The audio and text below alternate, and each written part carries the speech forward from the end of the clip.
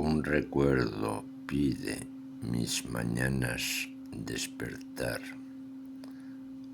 Es la esperanza que queda cerca de mi alma al poblar con las imágenes antiguas que un día quise en algún lugar guardar. Hoy, distantes en el tiempo, quisiera yo condensar las imágenes y los versos que un día pudieron en algún lugar quedar. Un sueño quiso mi alma poblar, esperanzas de colores quedaron detrás del reloj ya. El tiempo pasa, la vida torna como un despertar, día a día, paso a paso, palabra a palabra, son tiempos por escuchar. Y el momento queda inerte y el espacio está por poblar.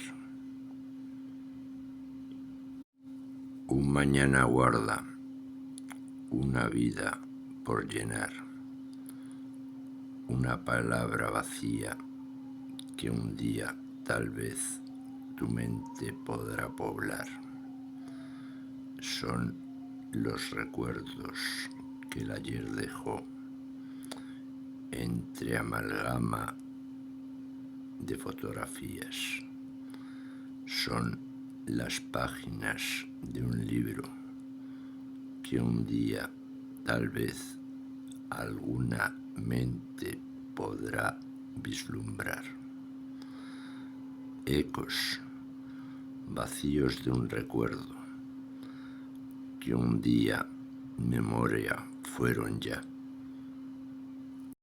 Imágenes transgredidas por ecos de tiempo. Es conato de instantes que quieren permanecer. Fotogramas inmersos en píxeles vacíos. Ecos de un tiempo que se fugó sin dejar un instante lleno de libertad. Saciar momentos, volver a sonreír. La esperanza quiebra a veces los recuerdos, donde la historia quiere prevalecer.